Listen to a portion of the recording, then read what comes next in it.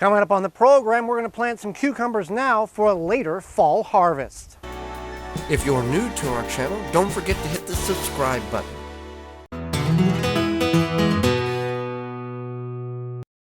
Welcome to the Wisconsin Vegetable Gardener. I'm Joy Baird. Well, it's the early to mid portions of July, and we're going to plant some cucumbers right now for a fall harvest. Typically, cucumbers are not a long duration plant, and the key to a successful start is adequate soil temperature. Whether you're planting in the fall or now, your soil temperature needs to be at and or above 65 degrees Fahrenheit in order for good germination and a healthy growth of the plant. Well, we are in our pea patch here, which didn't do very good at all. We planted it, about 2 months ago, and our new raised beds. We do have a few pods of peas on the plants and a few flowers occurring, but overall it was a very disappointing and dismal crop. We had some plants get ate on, and a couple other conditional issues with it. Wasn't the soil, I don't believe. It could be a variety of other things. However, we're going to leave those plants as they are, and we're going to plant around them utilizing the trellis in which we have. You see in front of me, are some red romaine and some butter crunch head lettuce going to seed. We will leave those plants as they are because we want to capture those seeds for next year. So those will get a little bit taller, then they'll go to flower, then we'll capture the seeds, and then we will remove the plant. Now, if you do have red romaine or even green romaine lettuce plants going to seed, they still are edible. However, they are very bitter. The bitterness remains in that central vein of the leaf. So if you cut that vein out, the leaves are totally neutral in flavor. There's no bitterness whatsoever. All right, so we'll come over here, and we're going to plant a couple of different varieties. We do have our drip irrigation system in here, keeping the soil very hydrated, and it's worked very well. I will take, I'll just remove this one.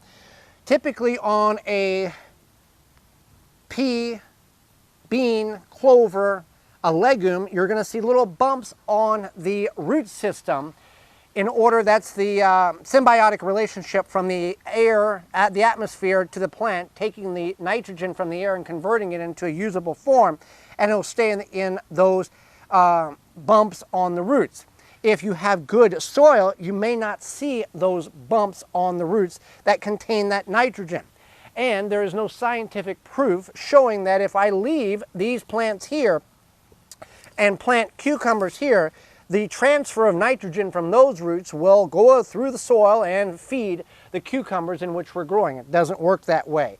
So we are going to just plant the cucumbers as we would if there was nothing here. We're going to plant on the inside and the outside, approximately a couple of inches, 2 inches away from where we're at, next to our irrigation system. And the nice thing about the irrigation system we have that's from DripWorks is it emits the moisture at a slow consistency, but also it hydrates it. So the water, hydrates it farther away from the actual drip tape.